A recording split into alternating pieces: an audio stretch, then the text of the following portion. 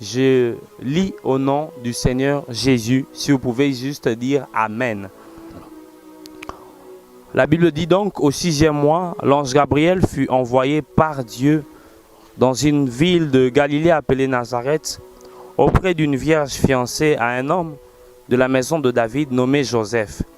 Le nom de la vierge était Marie. L'ange entra chez elle et dit, « Je te salue, toi à qui une grâce a été faite, le Seigneur est avec toi. » Amen. Troublée par cette parole, Marie se demandait ce que pouvait signifier une telle salutation. L'ange lui dit, « Ne crains point, Marie, car tu as trouvé grâce devant Dieu. » Amen. Et voici, tu deviendras enceinte et tu enfanteras un fils. Et tu lui donneras le nom de Jésus. Alléluia. J'aime particulièrement ce texte, homme de Dieu, ainsi que vous qui me suivez, parce que c'est la plus belle des histoires qui existent. C'est une histoire miraculeuse, c'est une grâce étonnante. Avant d'arriver par là, j'aimerais revenir un peu si haut. L'ange apparaît à Marie. L'ange est venu vers Marie pour lui annoncer un miracle compliqué. Alléluia. Et lorsque l'ange parle à Marie, il dit ceci à Marie.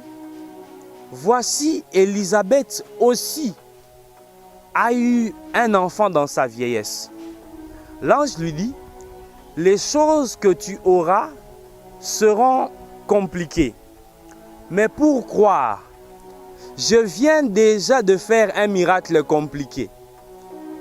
Dieu souvent donne des signes pour présager ce qu'il va faire.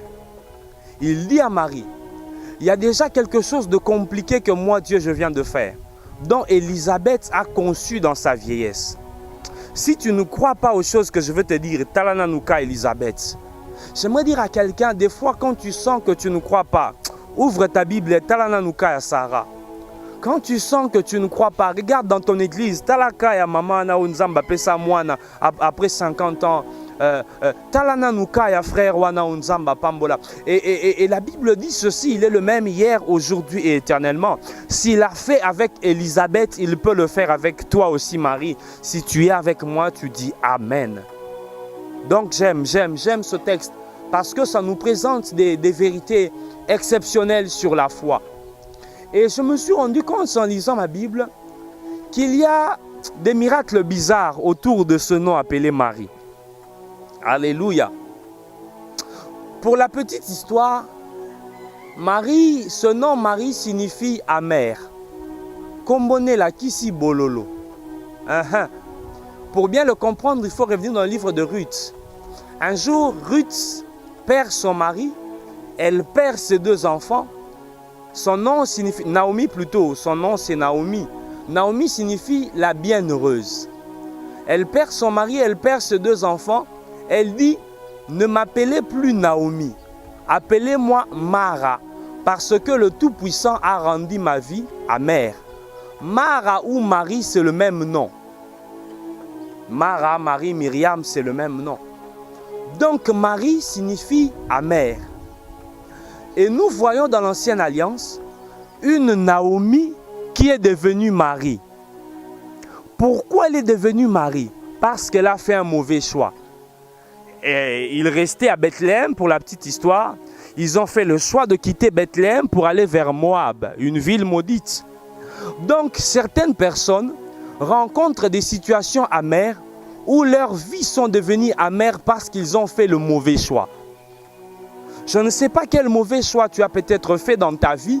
Cela fait en sorte qu'une situation ou une condition devienne amère à cause des mauvais choix. Je me suis retrouvé plusieurs fois dans des situations comme ça, où je fais un mauvais choix et après je me rends compte que ma vie est devenue amère à cause des mauvais choix. Et retenez, comme je l'ai dit, il y a une Naomi qui est devenue Marie parce qu'elle a fait un mauvais choix. Et je me suis rendu compte que dans la Bible, les noms ont des significations. Le nom de Moïse a 2 significations. Une connotation hébraïque et une autre, une connotation égyptienne. Moïse signifie tiré des eaux. Hein. Selon les Hébreux. Mais selon les Égyptiens, Moïse signifie fils d'eux. Voilà pourquoi vous verrez les noms comme tout Moses dans la généalogie égyptienne. Hein. Donc les noms ont des significations.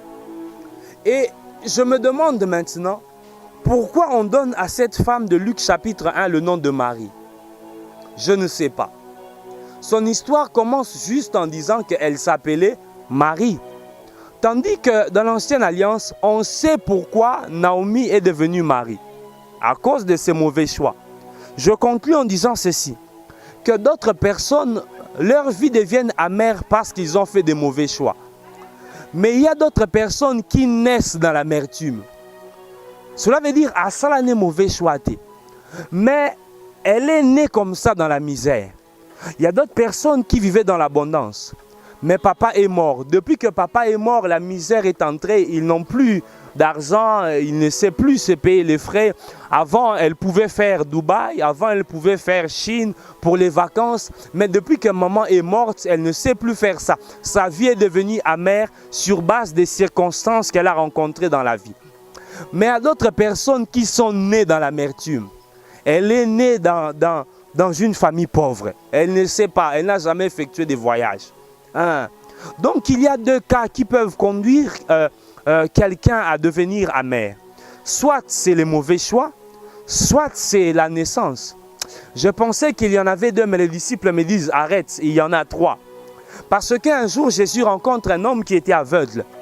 Et les disciples demandent à Jésus, il dit cet homme est aveugle par la faute de ses parents ou par sa propre faute.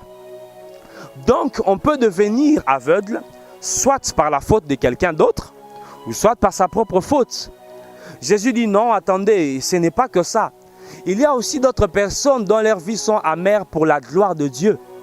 Je crois et je le prie, ou encore je ne sais pas ton cas, que ce soit ta faute, que ce soit la faute des autres, que ce soit que tu es né comme ça. Je prie Dieu qu'il récupère ton cas et qu'il le transforme en sujet de sa gloire au nom de Jésus. Quelqu'un dit avec moi Amen et j'avance. Alléluia. Alors je vais m'en aller rapidement. Je crois si Dieu fait grâce, nous continuerons. Pour clore avec ce texte, la vie de Marie m'étonne. Parce que la Bible dit elle habitait Nazareth en Galilée.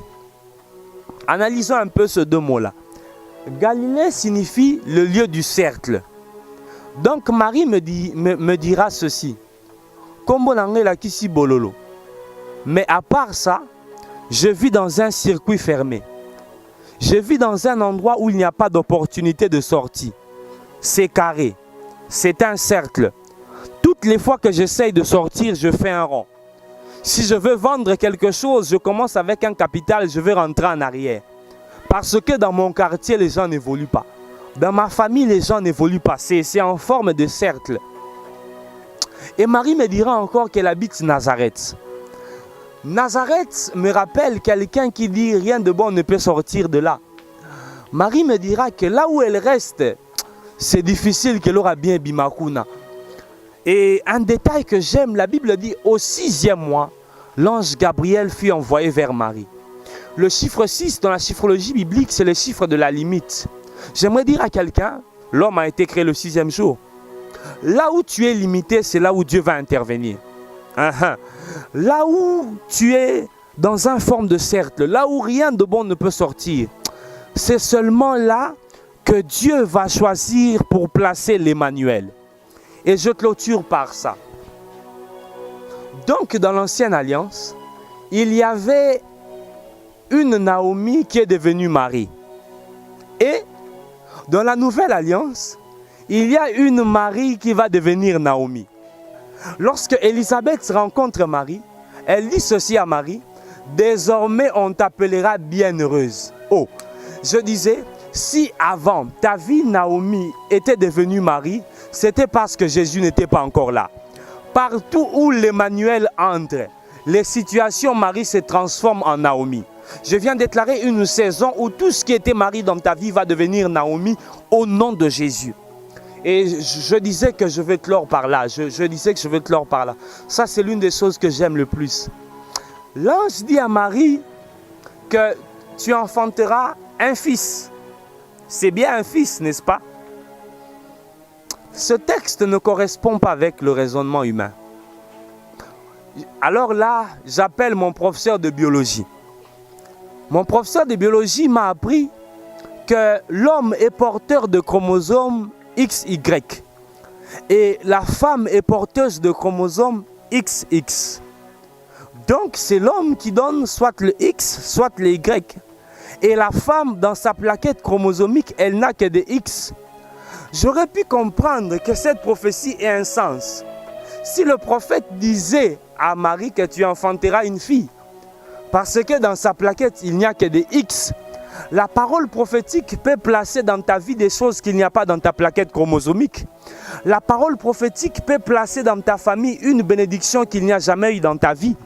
Je ne connais pas les choses qu'il y a dans ta vie ou les choses qu'il y a eu dans ta famille, mais j'annonce une bénédiction qui va sortir du cadre de ta plaquette chromosomique.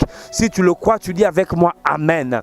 Ah, je déclare une saison, je déclare une saison où Dieu va placer un miracle qui n'a jamais existé dans ta plaquette chromosomique. Je déclare une saison dans le nom de Jésus où Dieu va placer un miracle qui n'a jamais existé au Congo au nom de Jésus. Un miracle que le monde ne connaît pas. Un miracle sortira de ce pays que le monde n'a jamais connu. Un miracle en ce temps de crise sortira de ce pays. Une grâce extraordinaire peut naître en Galilée à Nazareth. Un don peut naître en Galilée à Nazareth. Ah, je ne connais pas dans quelles conditions se trouve ta famille, ton pays. Que là, une grâce naisse au nom de Jésus. Pleine de grâce, dans le nom de Jésus. Que le Dieu de cieux vous bénisse abondamment.